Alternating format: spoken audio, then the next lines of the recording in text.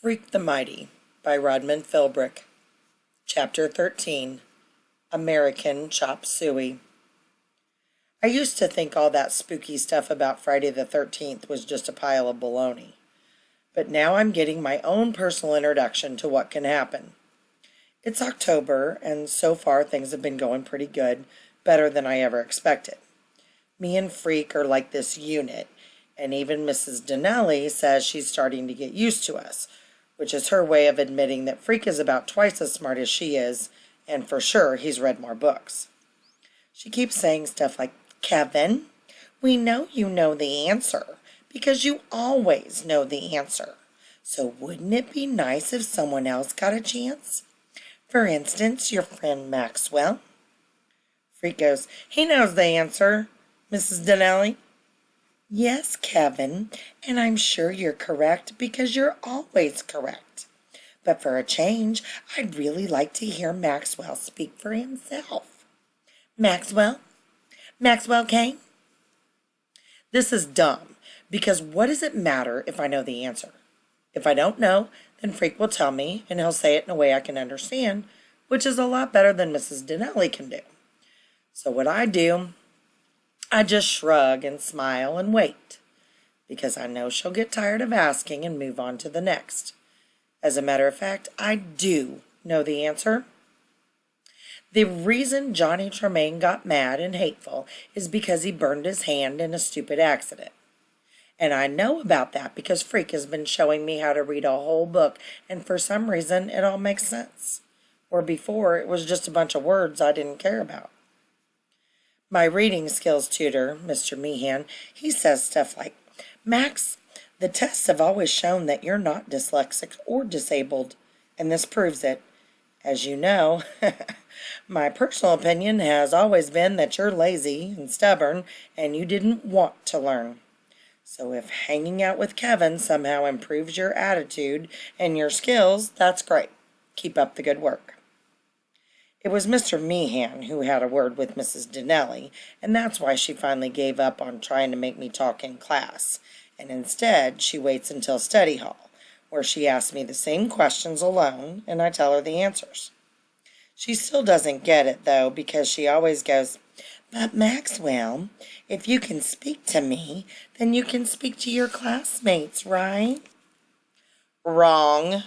Big difference. I can't explain it. I can't explain what it is, except that my mouth shuts up when there's more than one or two people, and a whole classroom full? Forget it. Okay, you're shy about public speaking, but how does that apply to writing down the answers? If you can read, then you can write, right? Wrong again. The reading stuff Freak helped me figure out by showing how words are just voices on paper. Writing down the words is a whole different story. No matter what Freak says, writing the stuff down is not like talking. And my hand feels so huge and clumsy. It's like the pencil is a piece of spaghetti or something, and it keeps slipping away.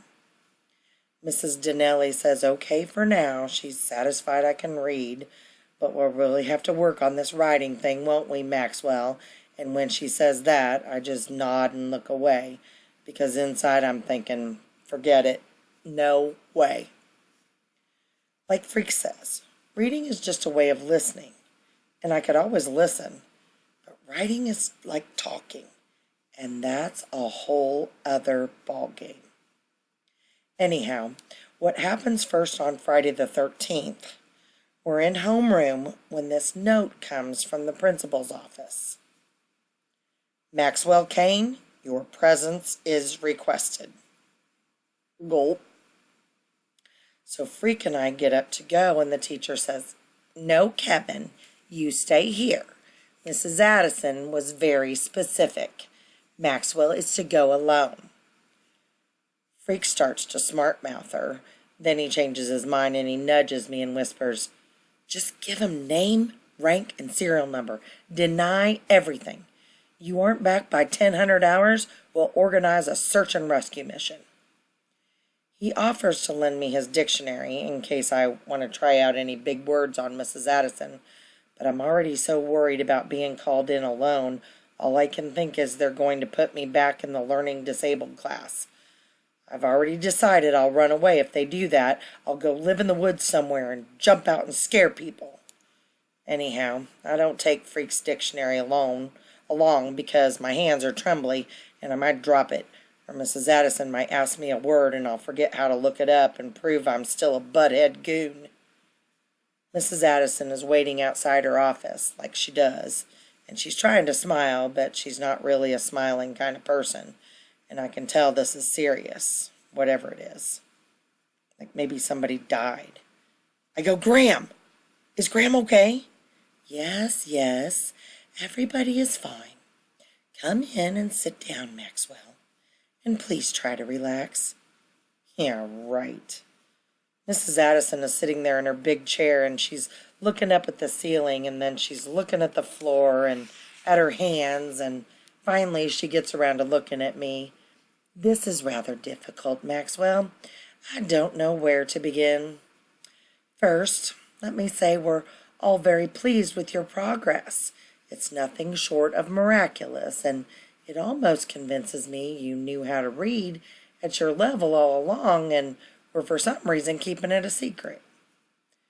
I'm not really hearing what she's saying because there's like this little bird fluttering around inside my chest, and it makes me blurt out, You're putting me back in LD, right?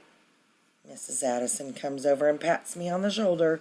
I can tell it makes her nervous touching me, but she does it anyway, and she goes, No, nothing like that. This has nothing to do with school, Maxwell. This is a personal situation. Because if I have to go back in LD class, I won't. I just won't. I'll run away. I will.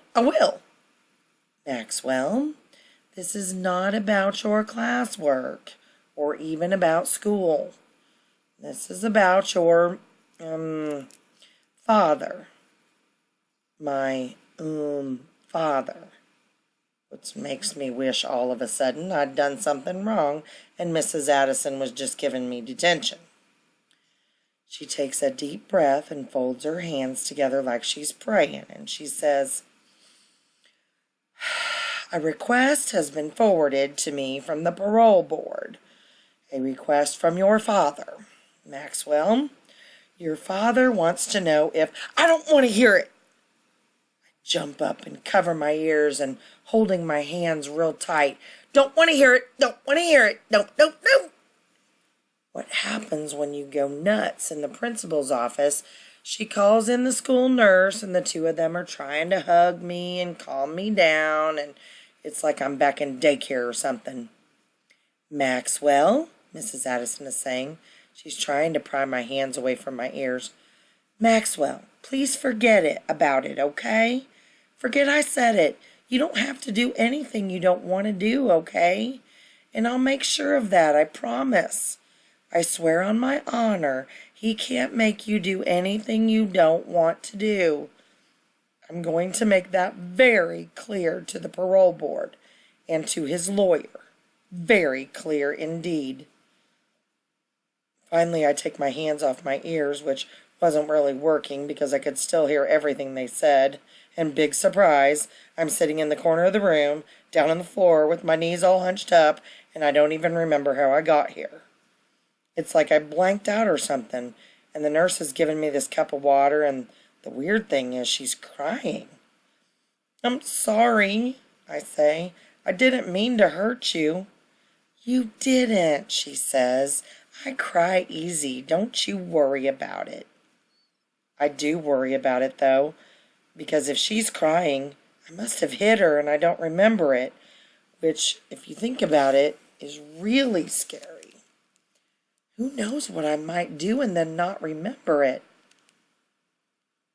The worst thing happens later in the cafeteria. Freak has this thing about American chop suey. He loves the stuff.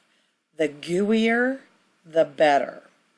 You'd never believe a person so small could eat so much, and when he holds up his plate, he always says, "Please, sir, more gruel." And I always say, "It's American chop suey, not gruel. I looked up gruel, remember?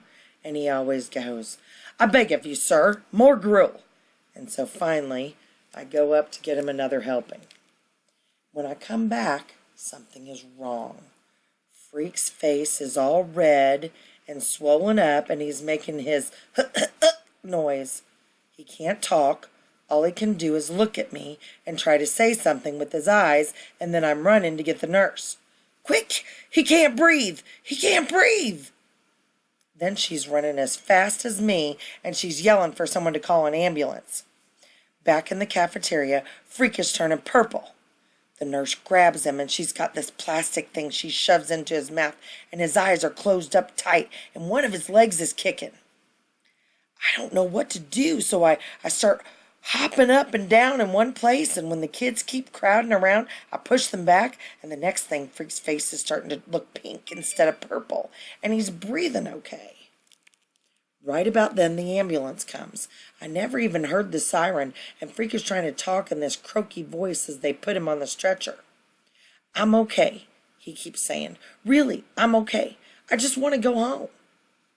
The deal is, once they call the ambulance, you have to go to the hospital and get checked out. That's a rule. I keep trying to get into the back of the ambulance with him, but they won't let me. Finally, Mrs. Addison has to come out and pull me away until the ambulance leaves with just the light going and not the siren. "You've had quite a day, haven't you?" she says, walking me back into the school. "It's not me who had quite a day," I say. "Kevin is the one. All he did was try and eat his lunch." Mrs. Addison gives me this look, and then she goes, "You're going to be okay, Maxwell Kane. I'm sure of it now." She's okay for a principal, but for some reason, I still can't make her understand that it's not me who had a really bad Friday the 13th. And I swear on the dictionary, if Freak ever tries to eat American chop suey again, I'll dump it on his head or something.